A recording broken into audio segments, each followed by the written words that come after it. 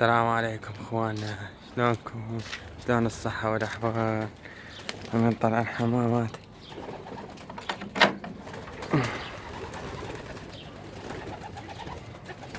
يلا منها، يلا يلا.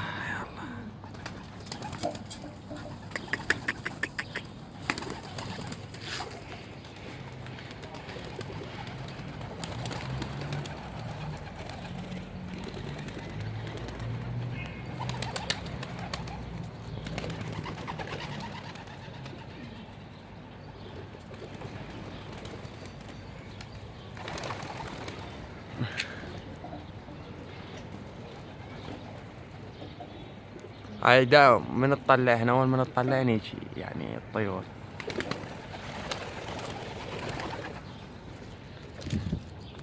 هم تطلع ذني.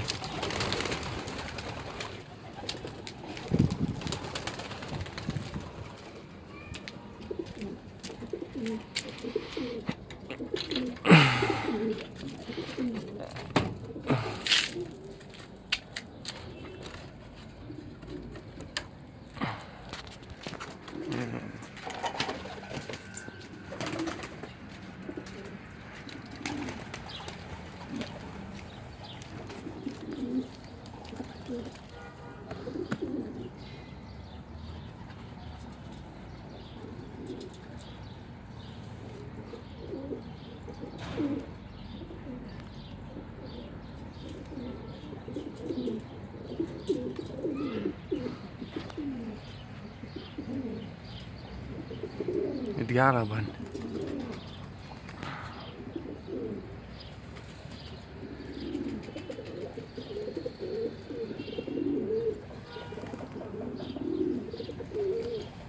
ذني بعدهم طائرات، بس والله الجو حار، الجو حار.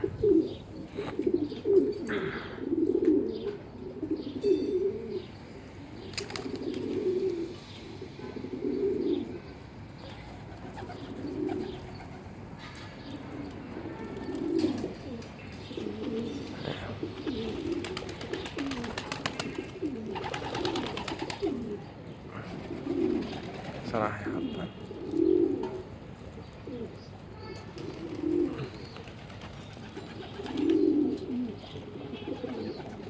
جن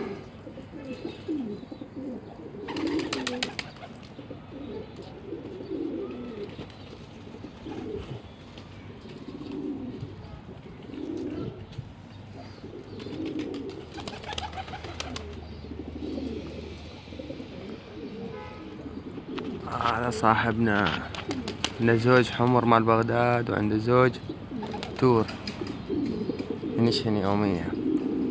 ذني رجعن إله ويعني هو سقط الحمام، باعهن وهسه رجعن له ذني جاي يطيرن.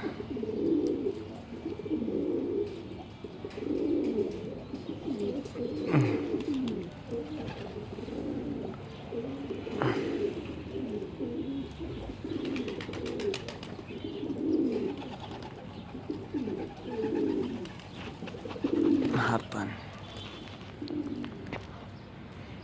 الجو حار حيل حار. شوف الطيور من تنزل تعبانة كلش، أمراض هواي. هذا الفرخ طلع عندي جديد، هذا هسه إن شاء الله بهاي الوجبة عندي هذا وأخوه بطويرني أبقى إن شاء الله ويا ذني أراويكم شلون يعني يتخرجن الفرخات وشلون أقوم أنشهن. هسه هذا تو طلع، الأمس طلع واليوم طلع، يعني تو قام يطلع من البرج. أراويكم إن شاء الله شلون شوي شوي تبدون بالفرخات عملي على طريقتي. بس هسه الجو شوي حار والله، وجاي تموت عندي فرخات والله هواي. طيور تتمرض تنضرب. جاي اخلينهن خل. اكو واحد من الاخوان سأل شلون على مود الاسهال كل اسبوع انطيهن قبق خل، كل اسبوع خلينهن قبق خل، خل التفاح الطبيعي، بالطور مال المي بالدبة. يعني الدبة مثلا ام العشر لترات تخلي بيها 10 لترات او 8 لترات، وتخلي بيها قبق او يعني نص فنجان مال قهوة خل التفاح يشربون منها. هذا يفيد الجهاز الهضمي حتى لا يصير عندهن عفونة، لان الخل بيئة يعني احماض. هذا اخوه. فان شاء الله اراويكم شلون اخرج الفرخات.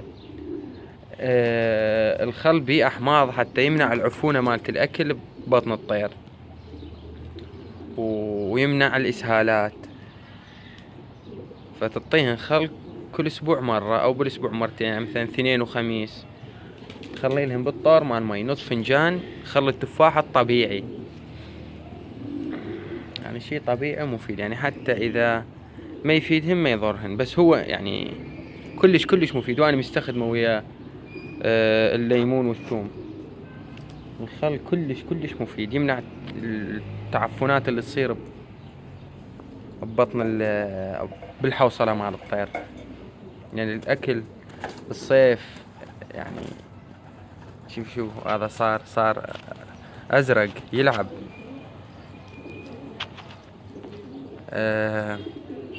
هو نثية ترى هذا، يزوف والله.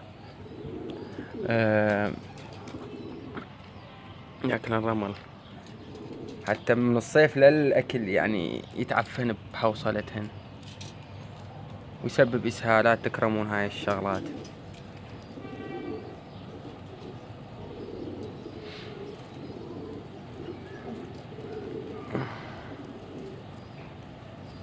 خل أذبلهن لقط ثواني بس أجيبلهن لقط. شوف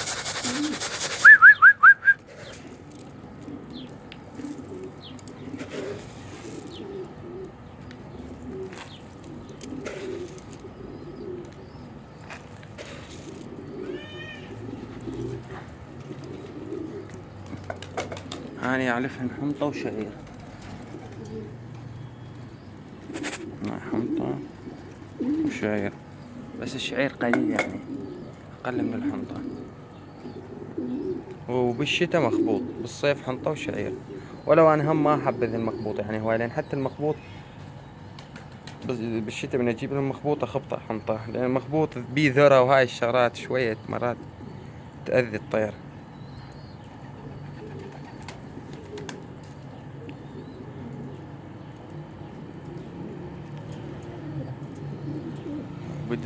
بدأ يلقط.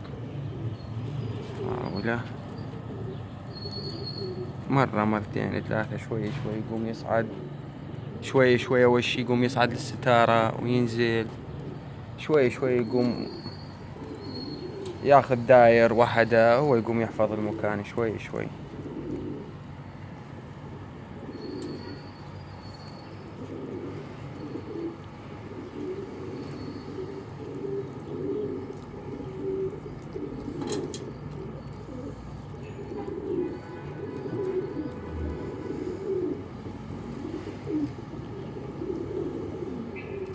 هاي النثية القديمة مالتي، هاي أكثر نثية أحبها.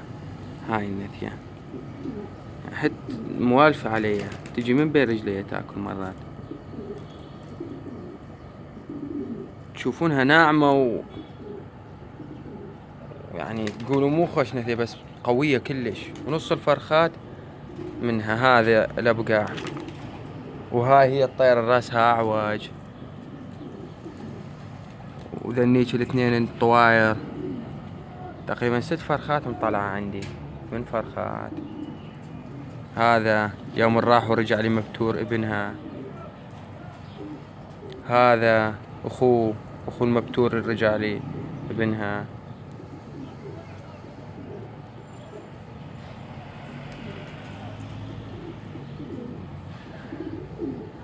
اخوان اي شي تحتاجوه بالتعليقات انا حاضر.